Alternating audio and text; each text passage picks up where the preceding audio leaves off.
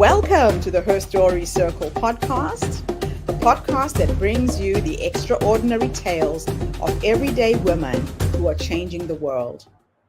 I'm your host, Gertrude Mache, and I'd like to acknowledge traditional custodians of the land on which we meet today.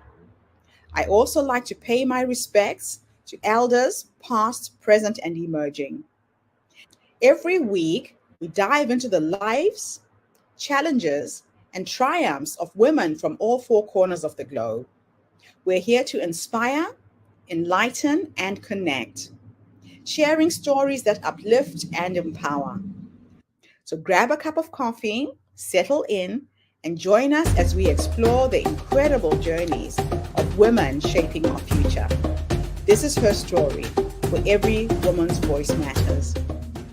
Hello, everybody, and welcome back to the Her Story Circle. This is Gertrude Mache here in beautiful Melbourne, Australia. And today I am graced with the presence of yet another fascinating woman. Welcome, welcome, welcome to our tribe. Please tell everybody your full name, where you're based, and share your story with us today.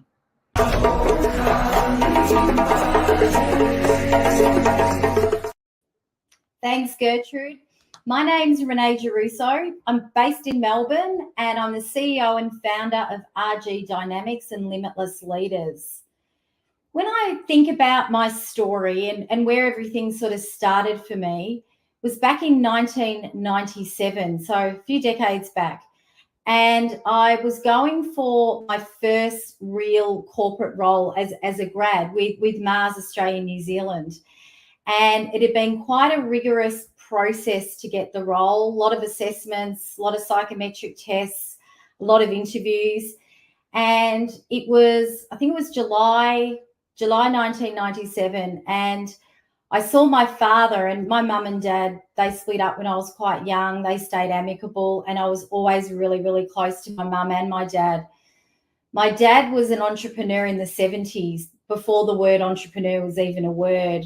And he was in the rag trade and he had advertising agencies, and an amazing man and inspiration to me, along with my mother. He said to me, "We do our dinner every Tuesday night. I don't want to see you until you get that job at Mars." And a few weeks passed, and it was the night before I was going for the last assessment centre. And I'm quite an intuitive person, and I had a feeling something had happened to someone. I got home and my mum said, "Your dad's in the hospital." And in streams of tears, and it's really a bit of a blur now, my husband now, who was my boyfriend at the time, we headed to the Monash Medical Centre in Melbourne, and my father had actually passed away. He'd had a sudden heart attack at 50 years old, which is my age now. I got home and in a blur of tears and confusion and overwhelm, I said to my mum, "I'm still going to go for that assessment centre tomorrow." She's like, "Really?" And I said, "Yeah." Got my little suit out, because back in the 90s we wore suits, even though they're coming back in fashion now. And I went to the assessment centre the next day in the city, and I do have to say it was probably the hardest thing I've ever done. I'm a person that can put things aside. I've been through a lot and really just soldier on and get through. I didn't tell anybody that my father had passed away. Some might call me ruthless. A few people did. Got through the day and I ended up getting the job where I spent 12 years in the corporate world. Around that time, when that all happened, I'd always been quite an outgoing person, but it was like a light switched on in me that how can I live my life to the fullest and do the things that maybe my dad didn't get to do? And I came up with a concept called the gift mindset, which is the name of my latest book. So I had 12 years in this corporate role with a great company, and I was always looking outside the box, very right brain, very creative, very high initiative, wanting to do different things. And I ended up leaving in 2006 to start my business that I have today, which is RG Dynamics, where we work with leaders and teams across mid-tier corporate and small business. around communication, mindset, and leadership. But that mindset has stayed with me, and through thick and thin, it's always been a part of me. And in 2021, I penned all my ideas, all my thoughts, all my experiences, and I wrote The Gift Mindset, which has just gone into 3 countries overseas and has won a few awards and is helping so many people. The gift mindset has helped me get through a lot. In COVID, like many of us, being in Melbourne, we had 4 really big lockdowns. I lost my whole business. My little sister got diagnosed with breast cancer 2 weeks before COVID. So it was a tough time rebuilding the business, trying to support her without being able to see her. She had to go to chemo on her own. She's come out the other side. She's still not well. But the gift mindset was pivotal in me getting through and rebuilding my business back to what it is today. So you're probably thinking, what is this gift mindset?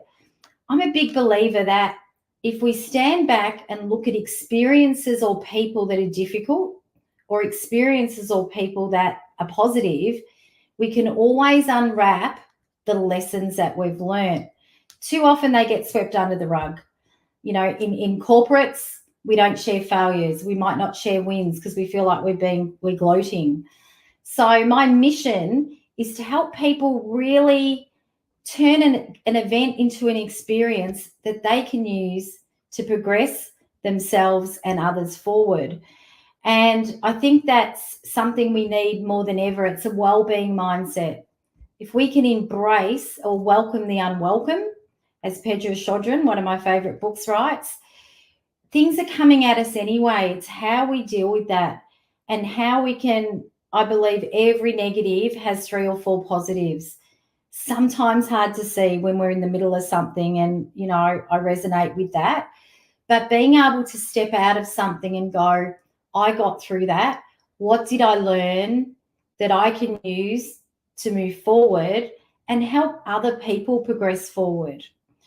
So an example of that and how I live my life, you know, I think the key, there's 12 sort of key skills we learn when we embrace this mindset.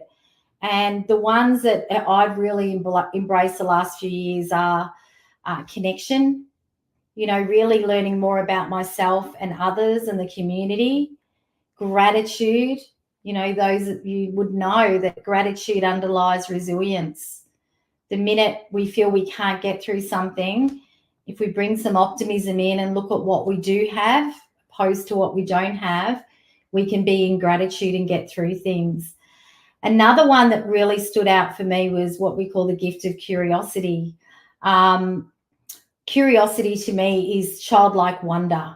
And I think we all have it within us, but it can get stifled as we get a bit more mature and we're running on what I call the treadmill of life, and we become human doings opposed to human beings.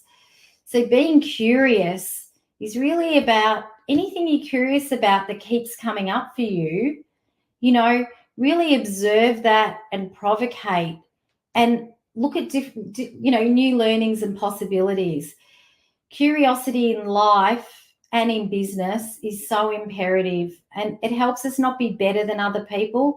It helps us to be ourselves, and it helps us to be different, which I think, you know, leads the way opposed to being better than something else. So, yeah, the gift mindset's been a big part of my life. I've always been healthy growing up, turned 50, and I remember at my 50th, a lot of my friends hid under a rock when they turned 50. I celebrated because how blessed am I to be here? And I did say in my speech, and, you know, I'm so well and everything. And the last year I've had quite a few ailments that have come out of nowhere. And that's a learning journey for me now, is to, you know, I'm a goer. I'm always doing things like many of you listening or watching this. But to take that step back and really tap into what I call the 5 energies of a limitless leader, which is all of us. We're all leaders of our life. So I always think about, you know, physical energy gets talked about a lot. That's how we function, so keeping fit. Spiritual energy is different for everybody. For me, it's about forgiveness, knowing my values, and honoring my higher self. There's also emotional energy, and that's all about, how we feel, our mindset, knowing who and what triggers us. And that's really helped me deal with such a diverse array of clients and industries that I work with, being really in tune with that. And then we've got, and I've just blanked out, emotional, which is really knowing our trigger points and honoring those. So I always say, do what lights you up. I think a lot of people do what they're good at, not what they're good at that they enjoy. So know what and who lights you up and bring that in. And I always say, eliminate the energy vampires. Could be people, could be situations, could be tasks, but know what they are. And the other part of energy of all of us is our social energy. And that's really being connected to yourself and to others. And sometimes I know at the moment I feel my social energy, so interacting with clients, suppliers, and friends, is overstimulated. So I need to bring that back a bit. And also knowing your what your boundaries are there, what's okay and what's not okay. I think for anyone listening to this, whether you're in your own business or not, we're all leaders of our life. So we're all leaders of self. And I've always had a big word in life, and I encourage everyone to do that. My big word is limitless. And people go, but what does that mean? For me, it means learning, unlearning, relearning, and evolving. So always question the way you do things. Why do you do things a certain way? Is it the right way? Are there other ways? And that way we're continually learning and evolving. I'm an avid reader, so I read 50 books a year. So my clients don't have to, as I say. But a book a week, late at night, a lot of business books, but I also read a lot of other types of books as well. But it's a really good thing with books is to read through a book, but as you're reading it, tab the pages red, especially in a business book, with things you might not agree with or you might be questioning, and tab the other pages green for the things that you think will serve you. And it's a really good way to create your thought leadership and your opinions on things. And if anyone's listening to this that writes content, it's a really good way to bring different thinking in. So just a suggestion. I also like doing things that have no purpose. And a mentor asked me this years ago, I said, well, why would I do anything that has no purpose? And he said, because it helps you to be. So it could be watching Netflix. It could be reading a trashy mag. Just something that doesn't always have to tick off a box, doesn't have to, close off that productivity list. So that's something, I'm not great at and I'm working on. Know your passions. I think we all have passions in and out of work, and lucky for me, a lot of my passions overlap. But one of my passions is cooking. I love cooking. I learned to cook Sri Lankan at a young age. A friend's mum had a restaurant. So cooking is where I go without recipes, where I go and cook free flow when I just feel like creating and just being, and it really helps get me in the moment. So much so I've got a little cooking channel on Insta now just to get recipes written because people ask for them and I don't have them. So my story is, I've grown up in Melbourne, Italian mum, Australian dad, amazing stepdad, awesome brother, awesome sister, close family, really close family. And I think the more mature you get, the more the little things matter and the deeper your connections get with certain people. I always say review and renew relationships. Sometimes relationships don't serve us anymore for whatever reason. Sort of call it the unspoken breakup. But make sure that you're around people that support you, who's in your pit crew. And that's been really integral in part of my journey. I tend to be a giver and not ask for help. And it's something I've had to learn. People love to help. So it's a great idea to think about your 5 and then your 15 people around you the most. How are you supporting them? And how are they supporting you? Because it needs to be mutual. And mix up the people around you. You know, I say you want butt kickers, you want the Zen friend or the Zen person, you can do no wrong. The cheerleader, the person that's quite critical about you to keep you grounded. So I think, yeah, life's a big journey. It's an amazing journey. Just be open that it's always changing, and bring along those gifts, whether they're people or whether they're practical lessons that you can bring into your work and your life and make the world a better place. I'm on this earth to help people realize and achieve what's possible. That's my mission. Yeah.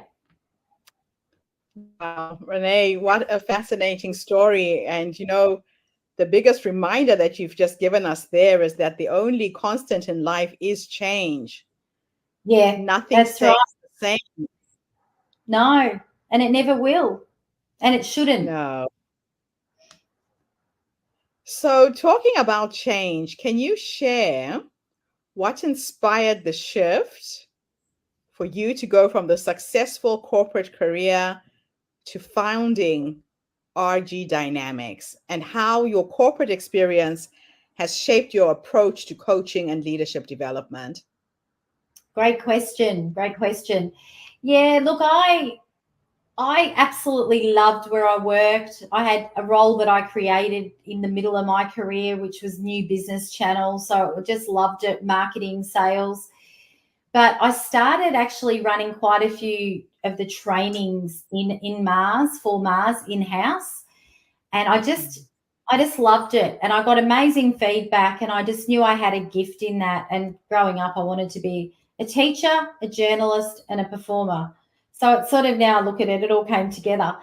It was hard to leave, but when I left, the main reason was I wanted to grow people because they wanted to grow, not just because I was their manager.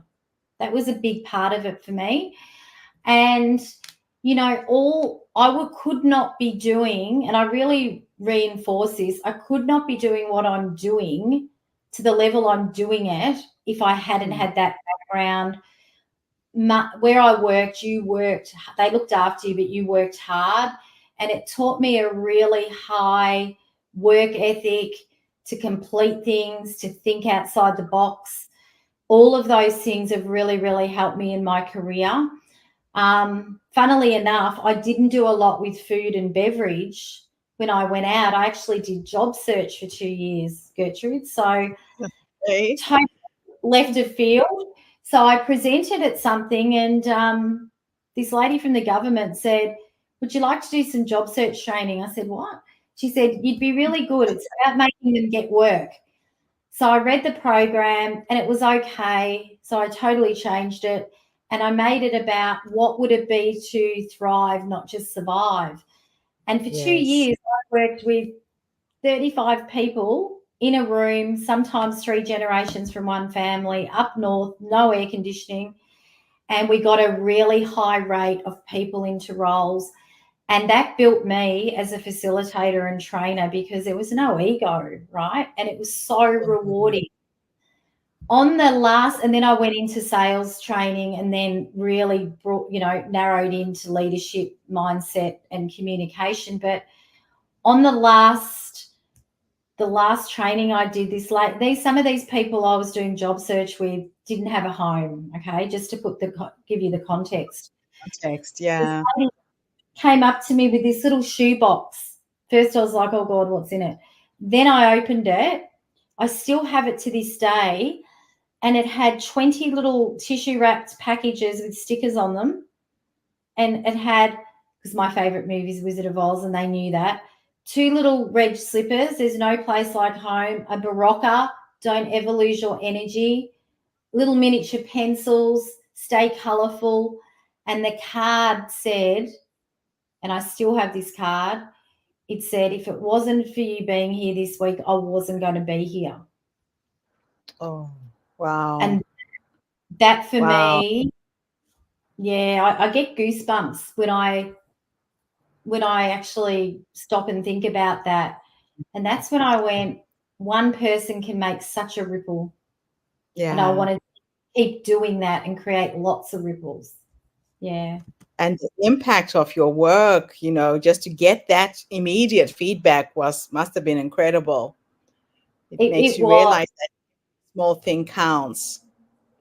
It does. And that we all have the resources we need within us. The fact that this Mm. lady lived in her car, but went and bought, I don't know when she did it, all these different things and tissue wrapped them. And I just thought, kindness and generosity and appreciation doesn't have to cost anything. And I think it's missing in the world today. Yeah. I think we need Yeah. more of it. Yeah. So in your work, you often talk about limitless leadership. Can you explain what this concept entails and how it differs from the traditional leadership models? Yeah. Limitless leadership is all about leading self, leading decisions, and leading others, whether you're in a leadership role or not. I go into Mhm. some companies and some of the people in there are probably have more leadership traits than some of the leaders, right? So Yeah. we're all limitless leaders, and it's just continually learning, unlearning, and evolving. There's no ceiling. And I always talk about the 3 C's, limitless leaders. We need to connect, we need to commit, and we need to communicate. And I think, Yes. the beautiful intersection of that Venn model is motivation, performance, and fulfillment. And at the end of the day, one thing we all have in common as a motivator is progress, at different levels. Yeah, yeah, Yes. So how do yeah. you So approach the challenge of transforming organizational culture? And what are some key strategies that you employ to foster a collaborative and connected team environment? beautiful. So any work that we do, we really scope it out. We're not cookie cutter. So obviously I write all my IP and models, and I write all my diagnostics. So it's relevant, it's fresh, it's always evolving. But, we don't sort of come in and go one size fits all. So we'll work out what you need and then work with you on the program. So we're sort of co-building it, which I think, as you know this, when you get buy-in, Mm. people buy into things more when they're involved. So we run Yes. a lot of, Gertrude, a lot of pathways. We're not so much sugar hits. They don't do a lot. We tend to be quite immersed and deep in what we do. And we have Mhm. face-to-face where we can, virtual coaching masterminds. We've got a game. So we bring a really interactive, fun element to it. With strategies to get people connected, and this has sort of been my work, especially the last 6 years with COVID and everything. To me, it's about going back to human skills. Mm. AI, everything has a place. But I think one-on-ones, I'm so passionate about. Everyone should be having one-on-ones, not just with your manager, but with your peers. I encourage Yes. people to do stay interviews, which is a bit different. So we've all Mhm. heard of interviews, too late. A stay interview is just a check-in, maybe quarterly. So Gertrude, what's keeping you here? Why are Mhm. you staying here? What's stretching you? What do you want? And we had a client recently ring me and say, Renee, I did those stay interviews with 20 of my team, but I didn't worry about doing the high performers. And I said, why? Well, they're high performers. I said, have the same interview with them. 3 of the high performers were about to leave because they didn't Oh, feel nice. And that actually saved them. They stayed. So okay. be human. If you're all in the office on the same, when you go in the office, a lot of people go in on different days, Mhm. Zoom into Yes. a meeting room and they're in the office where the meeting room is. Have an overlap day, I call it, and just have some open forums. So I love Win Wednesdays. So what's something good that's happened, big or small, but how did you make that happen?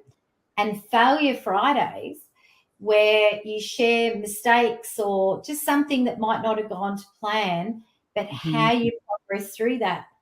And that's all part of what I call a gift mindset culture. So you've got all these forums and this safe space that people can share. And I think, companies that let people take risks and own them and help them move beyond that, really help them move beyond that, there'll be so much more innovation and creativity and happiness and collaboration.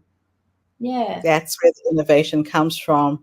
It So does. your award-winning book, The Gift Mindset, has been influential. Can you elaborate on what the gift mindset is and how it's a game changer for leaders and their teams? I know this had to be the inspiration of the passing of your father. Go into Yeah. that a little bit for us. Yeah, I think just knowing that I got through so many pretty tough, really, really tough things, I know it works. So I used to say it was a concept, but now I'm like, no, it's actually a mindset because I live it. But it's simply being able to, we use an acronym GIFT, so GIFT, and it sort of helps you break it down. But it's what happened, what did I learn, what key skills did I learn, how can I use them moving forward, and who else could I share my story with that this story or lesson or gift could help them. Sometimes our gifts are hidden, we don't know they're there, or we just move on, and I'm guilty of that. We move on and we just keep going and we don't stop and go, what did I learn out of that? Gertrude, I did 6 years of IVF and I'm an eternal optimist. And of course, the first few rounds worked. So I was like, what's all the fuss about? Then they didn't, and not successful in the end. And I didn't tell a lot of people. And my little niece, I write about her in the book. She's 21 now. She was 16 at the time, and she's quite intuitive. And she knew, and she goes, Auntie Nay, I just don't think you will get pregnant. And I was like, oh. And she said, your purpose in this life, you've got too much you're doing now to have room for that. That's not for you in this life. And it taught me the gift of acceptance. Wow. It was profound. We were crossing a road and it was like slow motion. When you have those sort of epiphanies, and I don't think she realizes how much that made me go, just wasn't meant to happen. I think everything happens for a lesson, not a reason. And I really think it was just too much. And, my sister got sick. I wouldn't have been able to, right? And then COVID. So I have some beautiful nieces and nephews and godchildren that I love like they're my own. And, that's how it is. Yeah. That. Wow. So looking back at your own leadership journey, what were some pivotal moments or challenges that significantly influenced your leadership style and philosophy?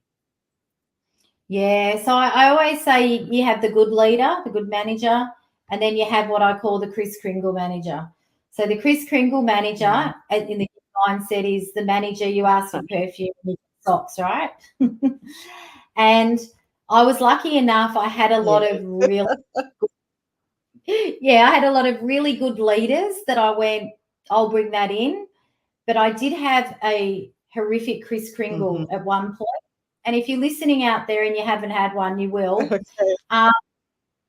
But I remember getting a journal and writing down everything this person did. And I went, I'm going to do the exact opposite of that.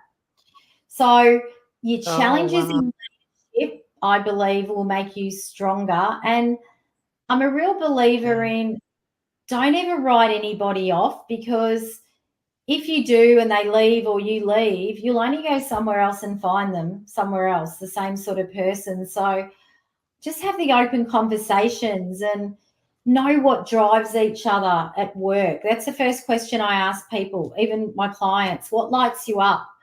I love getting stuff done. I hate detail. So I know straight away, I'm not a detail person, but I know I don't have to go into detail with them. So communication is the crux of everything. I don't believe in personality clashes. I believe in communication breakdowns. Yeah. Okay. I like that philosophy. That is very, very unusual. So, having worked across 24 industries, what are some universal leadership challenges you've observed, and how do you tailor your coaching to address the industry specific needs? Yeah.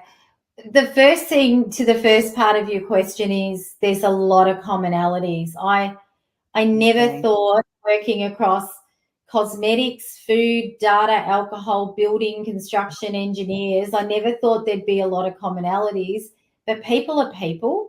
Someone said to me the Yes. other day, so who's your ideal client? And I said, a human that has a growth mindset. Mhm. And but there I are love. so some of the typical ones I see are people that are brilliant, technically brilliant at their job, Yes. and they get 30 people to manage, and their leader rings me and goes, how come they were the best, now they can't manage anyone? It's a totally different thing, and people have got to want to do it. Unfortunately, in Australia, there's societal norms around you have to work your way up and manage teams to get promoted. It's a bit of an old adage in Mhm. Melbourne, and in Australia. And I always say to people, I've coached some people and they've gone, you know what, Renee, I've realised people management's not for me, and I'm good with that. Yeah. So set your boundaries. I always, some of the others are the leader that's very micromanaging, not trusting. It's sort of Mhm. the sales manager that still wants to sell. I think Yes. if you're out there and you've got a team, empower them, get them to peer coach so they all rise together. I'm a Yeah. big believer in finding out the 3 things each person in your team loves to do, and Mhm. make sure everyone knows what they are. If you don't like reporting, give it to Mary, but help her with it instead of delegating it to someone that doesn't like, Yeah. detail.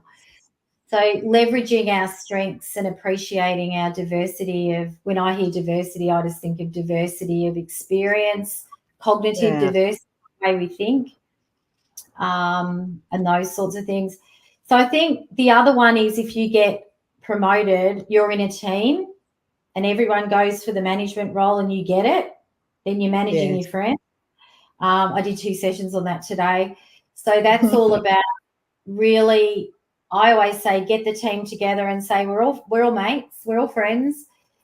I want to help us get even more value that we didn't get before. What do we need? And really having that camaraderie, but also separating your identity a little bit, which can be tough. I've been there. It's hard. Yeah. Um, So true.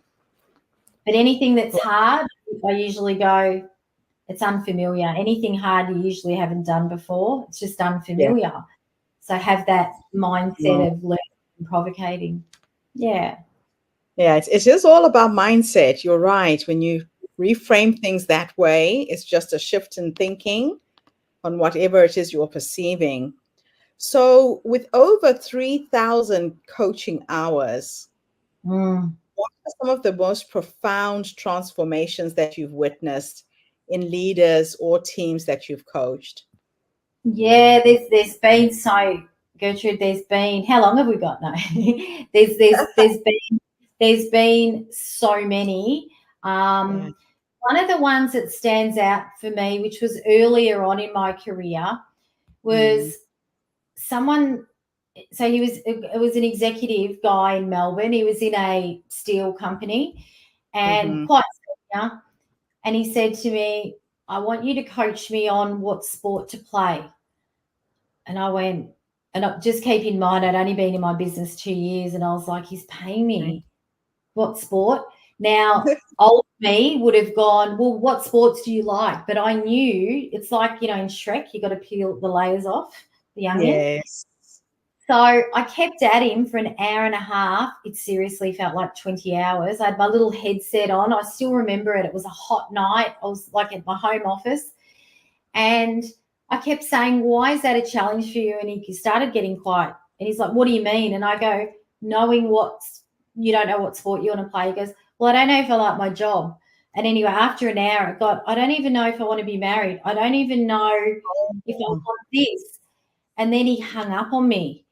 And I was like, oh, my gosh. Anyway, I rang my coaching mentor at the time, and she just starts clapping, and I'm in tears. And I'm like, what did I do? And she goes, that's a breakthrough, Renee. It's not about you. Okay. A good coaching session, they shouldn't walk away always with a skipping rope and, kittens and rainbows. You've cut straight through.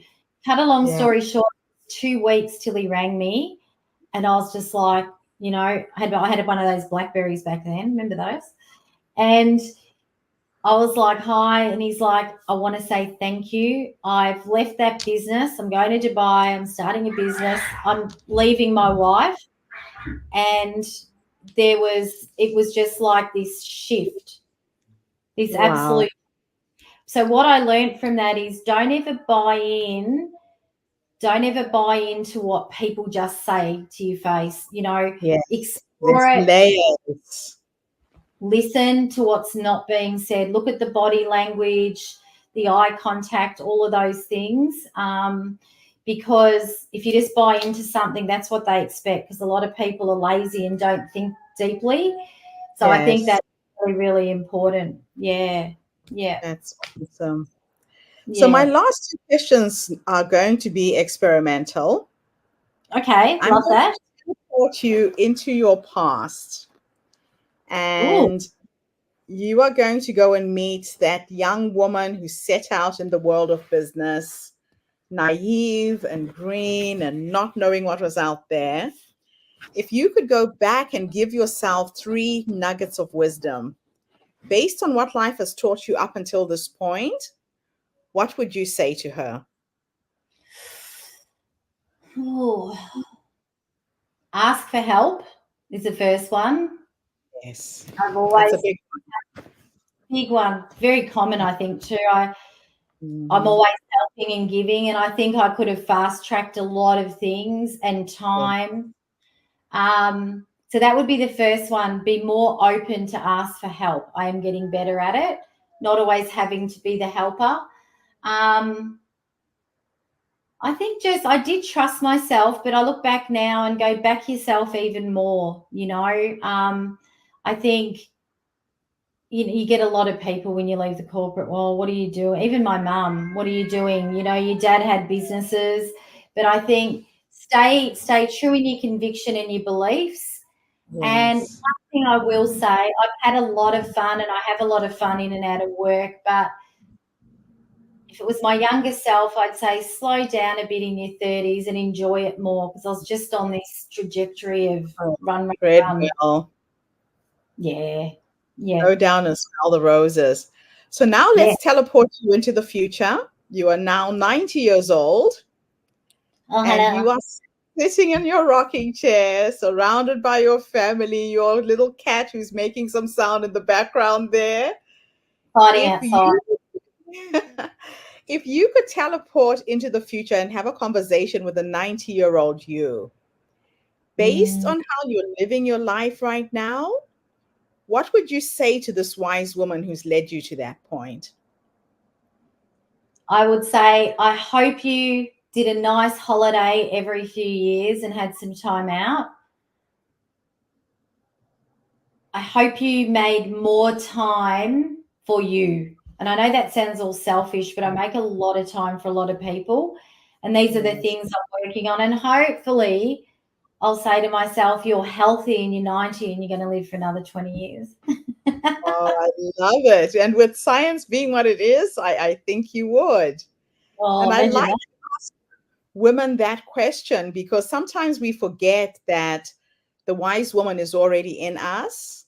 Yeah. She's already guiding us and leading us, and we need to trust that inner voice and that intuition you talked about earlier. Yeah. Trusting yourself is so important as a woman. Renee, thank you so much for coming online and gracing us with your presence today, sharing your wisdom with us. This has been a fascinating interview. Thank you. It's been an absolute pleasure, Gertrude, and keep spreading your amazing magic around the world as you are. Thank you, thank you, thank you. And thank you to everybody who's tuned in today.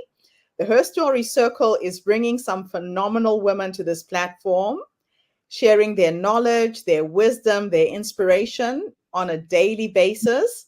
So tune in again tomorrow when I interview yet another amazing woman. In the meantime, have a fantastic day, morning, or evening, wherever you are in the world. And bye for now. Thanks again, Renee. Pleasure. Thank you. Thank you for tuning into the Her Story Circle podcast. I hope today's story has inspired you to believe in the power of our stories and the difference you can make in the world when you use your voice. I'm Gertrude Mache, and it's been an honor to share this space with you, where voices from all walks of life come together to weave a rich tapestry of diverse perspectives. Don't forget to subscribe, rate, and review our podcast to help us share these stories with more listeners. Follow us on social media by looking for the Her Story Circle podcast for more updates. And join us tomorrow for another episode filled with courage, resilience, and empowerment. Remember, your story matters, and together we're building a stronger, more inclusive world. Until next time, keep making her story.